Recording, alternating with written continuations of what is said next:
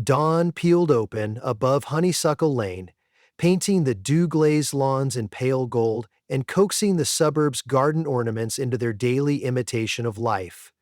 Among plastic flamingos, petrified rabbits, and a stone frog that claimed to be a philosopher, two rival garden gnomes stood watch. They were posted barely 20 feet apart, yet belonged to opposed realms. The prim, neatly hedged yard of Mrs. Clarissa Pemberton and the wildly blooming jungle that Mr. Otis Finch called a lawn.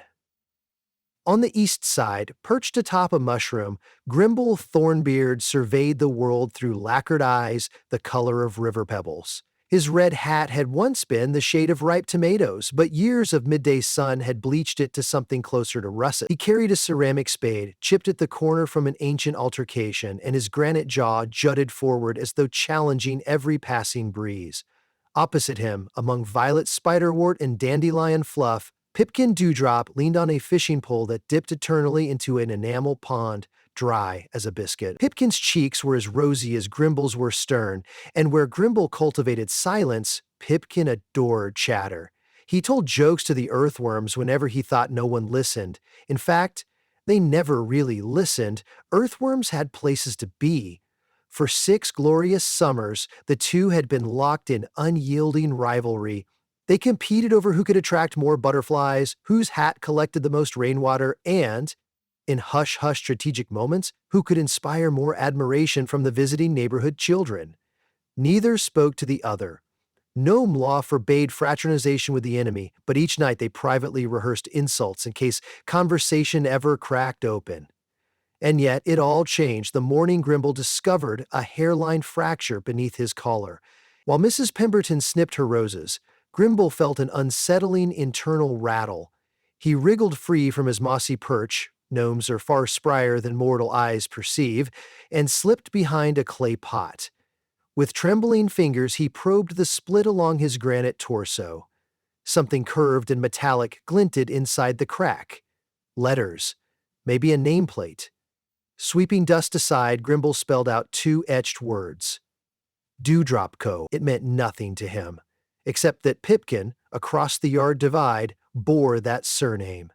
Gnomes are molded by artisan families, each signing their children on a bronze wafer fused within the chest. Those signatures were sacred. They promised belonging. Grimble's jaw slackened. Could he, the stalwart Thornbeard, have hatched from dewdrop hands? Across the border, Pipkin noticed Grimble vanish behind the pot. Curious, he pretended to check the tension of his fishing line and scuttled to a shadowy petunia patch. He glimpsed Grimble prying at the fracture, recognized the flash of bronze, and gasped. Silent alarm rang in his porcelain ears. He too had felt an odd hum inside his ribcage for months. Could there be a Thornbeard wafer hidden in him? That night, when twilight hummed with crickets and porch lights flickered on, the ancient rule of non-communication dissolved. The two met beneath the privet hedge that separated their realms, eyes darting to ensure the humans remained indoors. "You dewdrop?" Grimble hissed, voice gravelly with disuse. Pipkin gulped. "Actually, I suspect you might be." They examined each other's cracks under a sliver of moonlight and confirmed the unthinkable. Their bronze wafers had been swapped. Grimble carried the dewdrop insignia. Pipkin harbored Thornbeard filigree. Some distracted craftsman, perhaps lulled by kiln fumes, had placed the newborn gnomes in the wrong delivery boxes years ago. "Then I belong in the Finch jungle?" Grimble whispered, aghast. "And I'm a Pemberton posy ornament?" Pipkin squeaked. They fell into an awkward silence, the sort that sprouts between enemies who've learned they are accidental brothers. Beyond the hedge, sprinklers erupted, hissing like serpents. The two leapt backward, soaked in a cold spray, more startling than any revelation. When the sprinklers quieted, Grimble spoke first. "We must find our real families, the true Thornbeards and Dewdrops." Pipkin nodded vehemently. "But crossing lawns on foot will take weeks, and daylight will freeze us."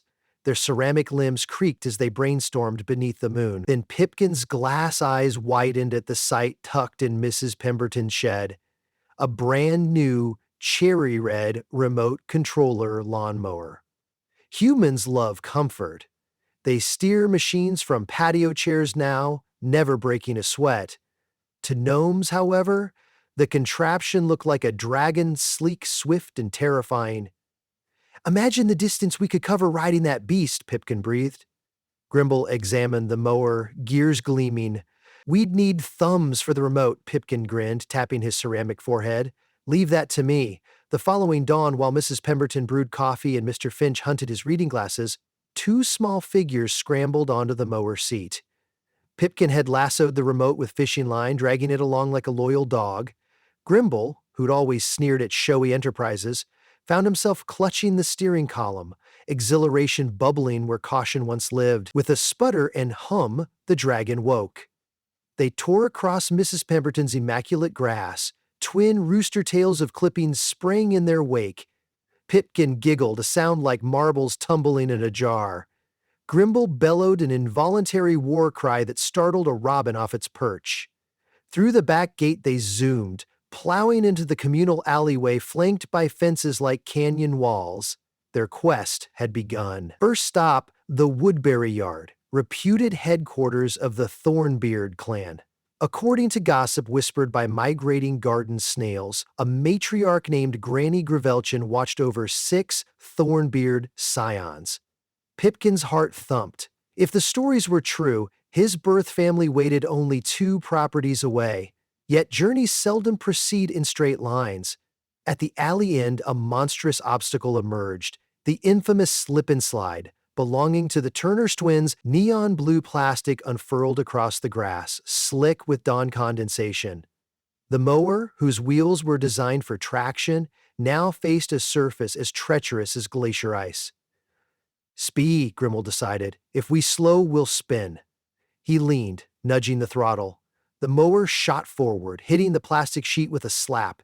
Instantly, tires fishtailed. Gnomes shrieked.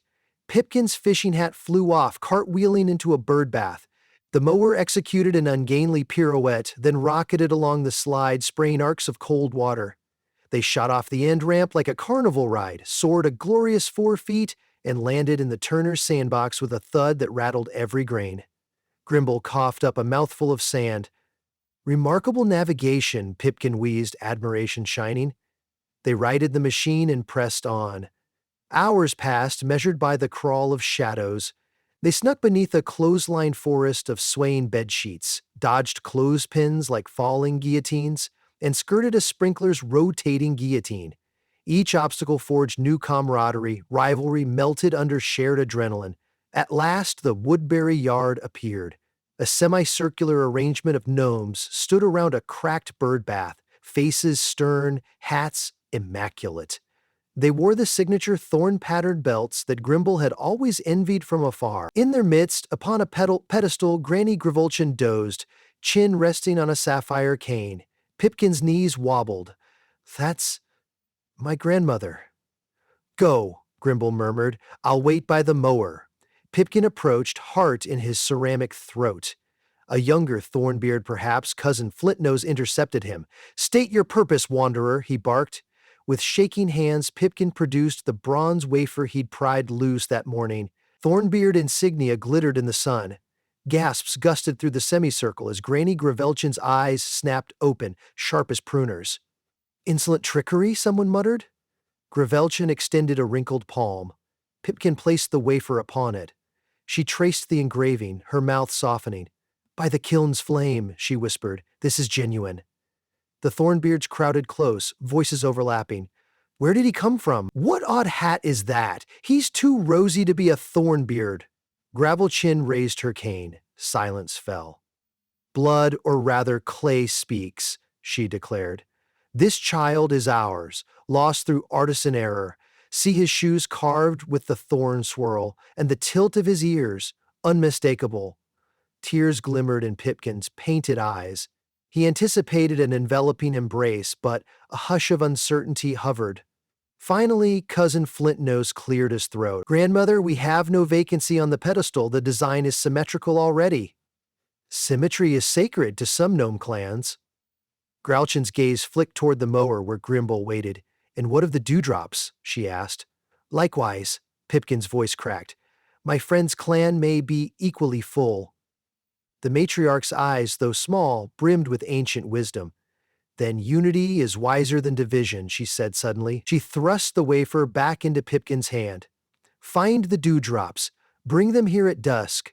We shall host both clans and right the old wrongs. Hope rekindled, Pipkin bowed and scurried back. Grimble listened, nodding gravely. Next stop, the Dewdrop Estate, he announced, masking nerves with bravado. The estate lay on the other side of Cedarbrook Creek, a trickle of water humans could leap in a single stride, but to gnomes resembled the Amazon. Along the way, they encountered the plush lawn of the Montgomerys, guarded by Klaus, a bulldog as broad as a cooler, whose jowls dripped foam like sea tide. The mower coughed halfway across Montgomery territory. Fuel gauge blinked red. "We're low," Pipkin warned. "Then we don't stop," Grimble replied. They sped, engines sputtering. Claus, alerted by the whine, lumbered from beneath a patio umbrella. His nose twitched. He bared his teeth in a yawn that smelled of kibble and mischief. The lawnmower roared louder, but the fuel light blazed. 50 feet still stretched between them and the safety of a shrub tunnel leading to the creek. With a final pop, the mower died. Wheels locked. Momentum carried it a few desperate yards before gravity conceded. They were stranded, the dragon slain. Klaus thundered closer. Grimble leapt down, gripping his chipped spade like a sword. Pipkin glanced at his fishing rod, quite useless against a beast. Nevertheless, he joined Grimble. Heart-beating kettle drums. Klaus's shadow swallowed them. Saliva dripped onto Grimble's hat. In that instant, Pipkin recalled a rumor. Bulldogs, although fearsome, adored squeaky toys. Quickly, he yanked loose the mower's squawk horn, normally used to warn humans of obstacles. He squeezed it. Squeaky! Klaus froze, ears pricking. Pipkin squeezed again, angling toward the far fence. Squeaky! The dog's eyes brightened with puppy wonder. Pipkin hurled the horn over Klaus's head. It bounced near a jasmine bush. Klaus lolloped after it, tail gyrating. Move! Grimble shouted. Together, they wrestled the mower to the shrub tunnel. Beyond lay Cedarbrook Creek, sun sparkling. Yet without fuel, the dragon could not cross the log plank that spanned the water. They abandoned the mower under a willow and fashioned a sled from an abandoned pizza box, tying it to Pipkin's fishing line. One sat while the other pulled, alternating to conserve stamina. By late afternoon, they reached dewdrop territory, the Finch jungle, overgrown, fragrant with mint and damp earth. Ceramic mushrooms and playful fairies dotted the underbrush. In a clearing, beneath an archway of wisteria, stood 4 dewdrop elders in sky-blue vests, polishing glass marbles that served as garden dew orbs. Grimble inhaled. "Home," he whispered. Suddenly every quarrel with Pipkin, every glare across the hedge, felt far away and small. He stepped forward, presenting the dewdrop bronze wafer extricated from his own fissure. Dewdrop eyes widened like saucers. Elder Lullabelle, cheeks speckled with painted freckles, approached. She touched the wafer, then Grimble's weather-worn face. "Child of ours," she murmured, voice trembling, "you have endured harsh sun in a foreign bed. Forgive us, it was not our doing." Grimble expected tears of joy to follow, but similar to the Thornbeards, the dewdrops exchanged looks tinged with complication. Space in their circle had long been allocated. Their numbers were balanced to the hammock-shaped stone they posed upon. Pipkin stepped beside Grimble.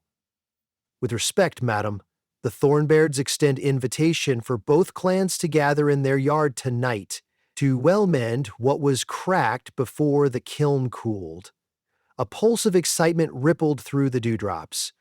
Change, especially social mingling, thrilled them. Lullabelle clapped. "Pack the dew orbs, children. We're hosting ourselves elsewhere." As twilight bled orange, a caravan of gnomes set forth. Dewdrops carried lantern beetles and acorn shells. Thornbeards dispatched flint-nose to escort them. Humans, settling down to television, scarcely glimpsed the miniature procession weaving through turf. At Woodbury Yard, Granny Gravelchin had prepared a banquet upon the rim of the cracked bird bath. There were crushed berry tarts, aphid honey, and dewdrop punch, actual dew, carbonated by fizz beetles. Thornbeards, formal as ever, lined up according to hat height. Dewdrops sprawled on moss cushions, giggling. Grimble and Pipkin stood together. Strange, Grimble admitted. I always imagined my clan solemn, but the dewdrops laugh easily, Pipkin smiled, and I thought thornbeards were gruff. Yet see, Granny telling jokes? Indeed, the matriarch had produced a set of juggling pebbles and was performing for wide-aimed fairy statues. Lullabelle accompanied her with a twinkling dew-orb show. When all bellies were full and lantern beetles floated overhead like gentle constellations, Granny Gravelchin tapped her cane. Friends, a fracture healed leaves a seam, reminding us of both hurt and resilience. I proposal. We thornbeards and dewdrops share this yard every fortnight. Symmetry achieved through alternation, not exclusion, Elder Lullabelle added. And should any gnome feel wanderlust across lawns, remember the other clan's moss is only differently green. Cheering erupted. Thornbeards thumped their spades, dewdrops clinked dew goblets. But one issue remained, the identity of Grimble and Pipkin. Did they now switch names? Adopt hyphenations? Granny Gravelchin peered at the pair. What say the children themselves? Grimble cleared his throat. I have thornbeard habits and dewdrop blood. Pipkin possess the reverse. We propose dual heritage. Let the hedge between our yards become a bridge. He winked at Pipkin. We will be ambassadors.